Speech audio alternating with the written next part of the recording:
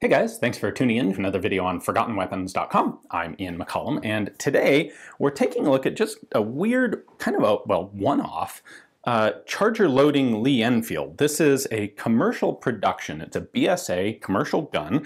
It is a long Lee, of course, early pattern of long Lee, and it has a fixed charger guide, which is unusual for the long Lee, and the charger guide is not the standard version that was adapted to the SMLE later on. So we don't really know where this comes from exactly, but it's a very interesting thing with good provenance. This came out of the Charnwood Ordnance collection.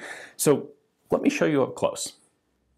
So what we have here is an interesting hybrid of parts. So the bolt head looks normal and standard, but this doesn't fit with the vintage of rifle that this is on. The early Lees, the long Lee rifles, had a dust cover over the whole length of the bolt. They did not have charger guides, and they didn't have a standalone bolt head like this. It was underneath the dust cover. So it's too late there. However, when charger guides were adopted, they were adopted first as a moving charger guide on the bolt head, and one like this milled into the receiver. So this side looks normal and accurate and appropriate. And it's interesting to note that it's actually cut fairly sharp.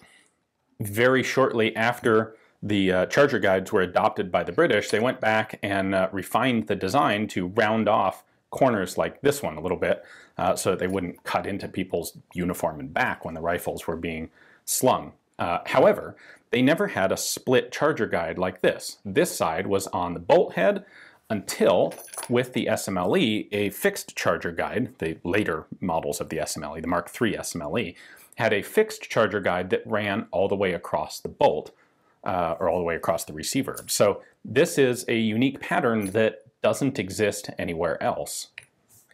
If we look up close, it is actually marked PPAT, and that is provisional patent on that charger guide. And there is also a patent marking on the bolt head. The only thing we have on the barrel are a few proof marks. If I take off the front handguard, we have a few proof marks there on the barrel. Probably steel supplier codes there on the other side. And there are no markings at all on the receiver socket, either on this side or on the other. The only number on here at all is 236 on the bolt handle. So that leaves us with this kind of interesting conundrum of a prototype, a commercial prototype or experimental rifle. Got a commercial front sight cover on it there.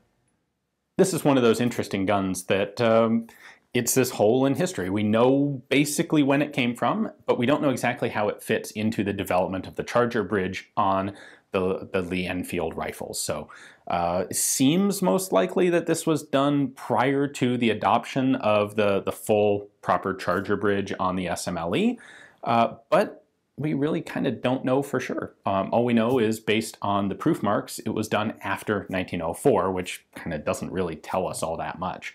Anyway, hopefully you guys enjoyed this brief look at a very, very odd, interesting British Lee Enfield rifle. Thanks for watching.